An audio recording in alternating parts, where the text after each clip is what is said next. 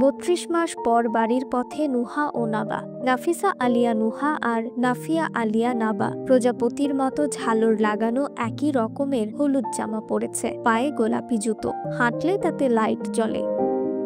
14 দিন বয়স থেকে তারা রাজধানীর বঙ্গবন্ধু শেখ মুজিব মেডিকেল বিশ্ববিদ্যালয়ে, শুরুতে ওয়ার্ডে, পরে 618 নম্বর ভিআইপি কেবিনে বেড়ে উঠেছে তারা। এখানেই হাঁটতে শিখেছে, কথাও বলতে শিখেছে। তারা এই কেবিনকেই নিজেদের বাড়ি মনে করত। আজ সোমবার 2 বছর 7 মাস 22 দিন বয়সে নুহা, নাবা হাসপাতালের বাড়ি ছেড়ে কুড়িগ্রামে নিজেদের বাড়ি ফিরছে। নুহা ও নাবার জন্ম হয় মেরুদণ্ড জোড়া লাগানো অবস্থায়। শরীরের পেছন ও নিচের দিকে থেকে যুক্ত ছিল তারা।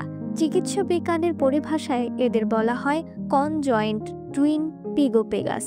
এ ধরনের জোড়া শিশু অস্ত্রোপচারের মাধ্যমে আলাদা করা দেশে এই প্রথম বলেই বলছেন সংশ্লিষ্ট চিকিৎসকরা। চলতি বছরের 19 ফেব্রুয়ারি অস্ত্রোপচারের পর থেকে নুহা ও নাবা আলাদা 2 শিশু। আজ সকাল 9টার দিকে হাসপাতালের কেবিন ব্লকের 618 নম্বর ভিআইপি কেবিনে গিয়ে দেখা যায় বাড়ি পাল্টানোর মতো জিনিসপত্র সব বস্তায় ভরা হয়েছে। নুহা ও নাবা হেঁটে বেড়াচ্ছে। এই হাত ধরে 2 বোন হাঁটে তো একটু পরেই মারামারি লাগে। একজন বাবার কোলে চড়লে অন্যজনও একই বায়না করে। তবে আগে যে বাবার কোল দখল করেছে সে কিছুতেই সেখানে বোনকে ভাগ বসাতে দেবে না। নুহা তুলনামূলকভাবে শারীরিকভাবে বেশি সুস্থ, তাই সে বেশি হাসে।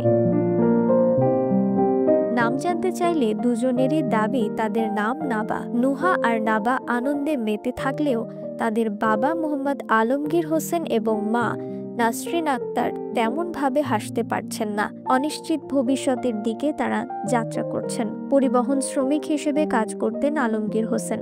নিউজ ডেস্ক, রিফাত আরা ইসলাম, ভোরের আকাশ।